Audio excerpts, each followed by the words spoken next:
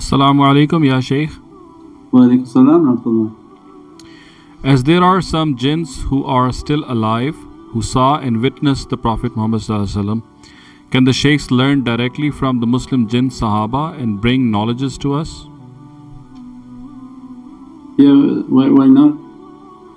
There are the jinn Sahabi, there's also Masjid al-Jinn in Medina al-Munawwara, and many of the jinn servants of Allah are still alive, even from Ashab al-Kahf are alive, and they are responsible for teaching the shaykhs and for giving knowledges to the shaykhs. So when we say madad and we say from Ati Allah, Ati Rasul, ulul amri minkum, ulul amr are all of Allah's servants from budala, nujab, nuqab, awtad wal akhyar, malaika wa jinn. Means all the categories of servanthood include the jinn races, the angels, the pious beings, creatures we know and that we don't know. They all have a rank with Allah and they're all responsible for teaching Allah's servants. So this we said many times. When you do the practices and you do your tafakkur and contemplation, many things are opening upon a servant and they don't have any idea of who's there, who's present and what's their responsibility. But this is the belief in the unseen realm, so that unseen realm comes bi-idhnillah with the permission of Allah to support the servant. So we are not a people that are proud thinking we have power or we have ability. We took a path in which to be nothing. As a result of being nothing you learn how to always be empty so that Allah can send His servants, and each servant has a different gift, different responsibility, but it only requires the servant to be humble to receive those abilities, to receive those trainings and those gifts, and that's through accompanying their shaykh. When the shaykh gives them awrads and zikrs and sit to meditate and focus on the shaykh, you don't have to focus on anything else. You focus on the shaykh and they come with who they need to come and do what needs to be done. So as they practice and practice and practice, then they become more aware of what's opening within them and what type of realities are opening within them, inshaAllah. They don't have to do anything other than the madad and the connection. But through that madad many realities are coming, and this is from the bounty of Allah. And those whom distance themselves from Allah's rahmah and mercy, they truly have distanced themselves from immense rahmah. Because imagine the people whom don't have this belief, they don't do those practices, as a result they miss the immense bounty of Allah, and that's from pride and arrogance, and that's also because of shaitan. When shaitan guides someone, he doesn't want all those authorities coming. He wants the person to be at their weakest and the frailest reality of who they are, knowing nothing. But what Allah wants is you to be with what? Ittaqullah wa kunu ma'a sadiqeen. Have consciousness and keep the company of sadiqeen. Who are those? Is only physical or sadiq? No, it's all of Allah's creatures whom reach that title, that's them. So from Buddha 7 categories and those that we don't know. If they're from sadiq, Allah may have them around servants, whatever serving in whatever capacity Allah has written for them to serve. So we are a small creature with a very small power, and until we reach humility, and then Allah address us from oceans of power and knowledges of the book. So that becomes the realities of Prophet inshaAllah. As-salamu alaykum wa rahmatullahi wa barakatuhu. Wa alaikum salam wa rahmatullahi wa barakatuh. Do mukhlis jinn appear as human and live amongst us? No, I wouldn't say that that's something that you would say as a normal. The mukhlas jinn, they hide themselves from people, they don't want to get involved with people. Now if one is doing this or that, that's between Allah and His servants. But the general rule of servanthood in their world is they don't interfere. So they do their work, they do their ibadah, and their ibadah is not trying to get the worshipness of men because of the danger. So said even in spiritual healing, which is nothing, if you're healing with a rock, the danger of somebody thinking that that rock has a power and now that person going to try to get your rock and then think it's going to be worshipped and then put in their house like it's a special station and maqam, and this is dangerous. So just in physical world of healing they don't want to show anything. So the jinn know their world that if they should show themselves and they should interfere with people, they will take the worshipness away from the servant, and as a result they earn hell from Allah. Hell will be their punishment. So they have no interest if they're mukhlas, they've made a covenant with Allah.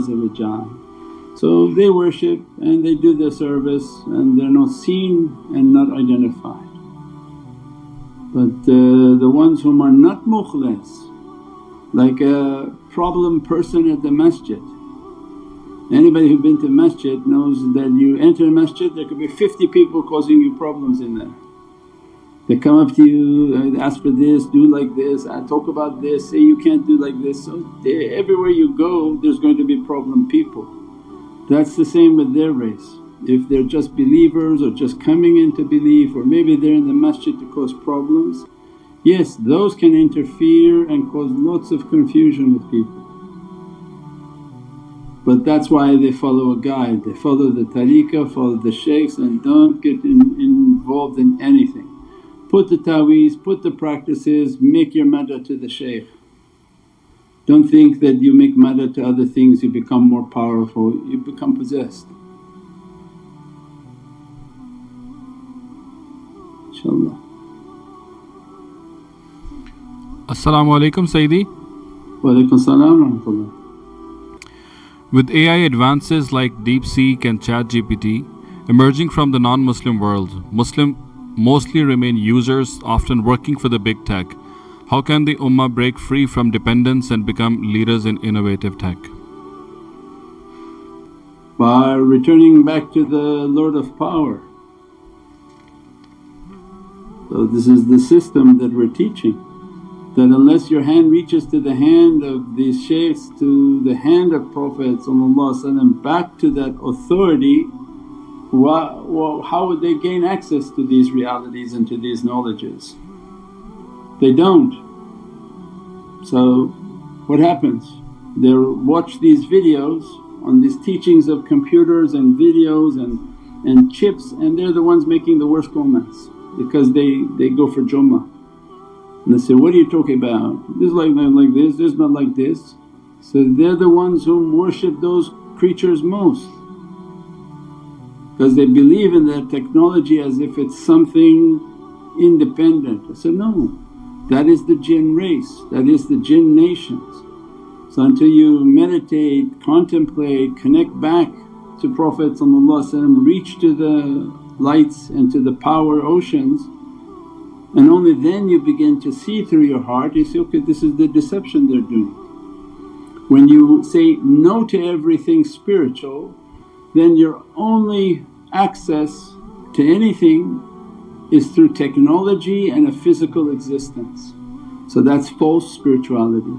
You're so physical but you rely on all of these technologies, then you become enslaved by their technologies. And then you become fierce opponents to anything spiritual. No, it's not like that, it's like this. I say, what are you talking about?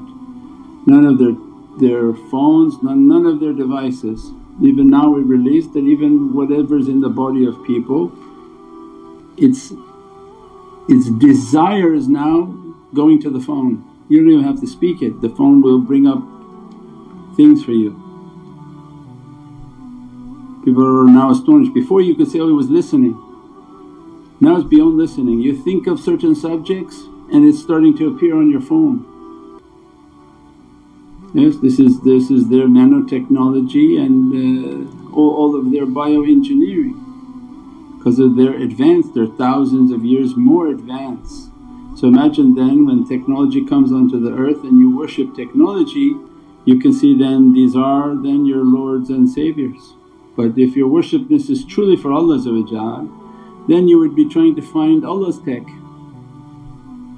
How do I connect my heart to go back to Allah's technology? And what's the central server for Allah is going to be Prophet through the heart of Prophet is the ledger, Imam and Mubin. And Allah has these words, why Imam and Mubin? And they put down a clear register. So who's Imam, who's Imam and Mubin? And on the other hand the tech guy, he's a Muslim guy. Most of the Muslims are in Silicon Valley are Muslims and foreigners, foreign Muslims, Indian, Iranian, all the different people, Pakistanis. They're not understanding, look what is Imam and Mubin? The clear register. So Allah doesn't have a central register, a ledger, but that's a soul. Because Allah doesn't have like a ledger wallet in heaven, but Allah writes everything on the soul, alam al-Qur'an. So everything is written on the soul. Whose soul? Infallible or fallible soul? So it must be a soul that's so pure and infallible, and that's then a Ruhul Wahid, that we created you from one soul. And that's Surah 4 verse 1, Ruhul Wahid. Who's Ruhul Wahid? The one soul. Is your soul the one soul or his soul or Albani the Saudi guy is the one soul, or Sayyidina Muhammad is that one soul? The purified soul, the soul of haqq and truth and the purified light that Allah brought, and His Imam al-Mubin is a clear register. Everything is written upon that soul. So if you want to connect to the ledger, then you would connect to Prophet. As these technologies come out, they'll begin to show more of the reality, not less, more. So everything the shaykhs are teaching you'll begin to understand, oh these wallets are encrypted, yeah, you can't get into them without your seed phrase. Oh, so then you have to make a madad. Yeah, you don't just go get knowledges. For your crypto you have to do all of these different things just to get your cryptocurrency, even after you paid for it.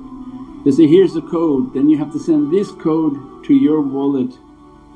All of these security features, and you think that you're just going to read something and the knowledge just comes to you. Or you have to be with the tariqas, with the shaykhs, do your madad, do your connection. And then they verify with you if they're going to send that code to your heart, and once it's verified they begin to send the knowledges to the servant with an encrypted file. It has to be encrypted so the shaitan doesn't steal those knowledges from that servant. And the only way they can lose their wallet is if they backbite. Then Allah opens the wallet and becomes hijacked from shaitan. So everything in this crypto world now is showing. Why? Because the Dajjalic system is going to show closest to the heavenly realities, because Dajjal is going to be confused as a false god. So everything is going to be like the arch nemesis, everything going to be like a false heaven. That was the other talk. He's back engineering everything. He doesn't have Imam and Mubin, so then he has to create ledgers and central places to put everything. All of that is an imitation from the Muhammadan haqqaiq.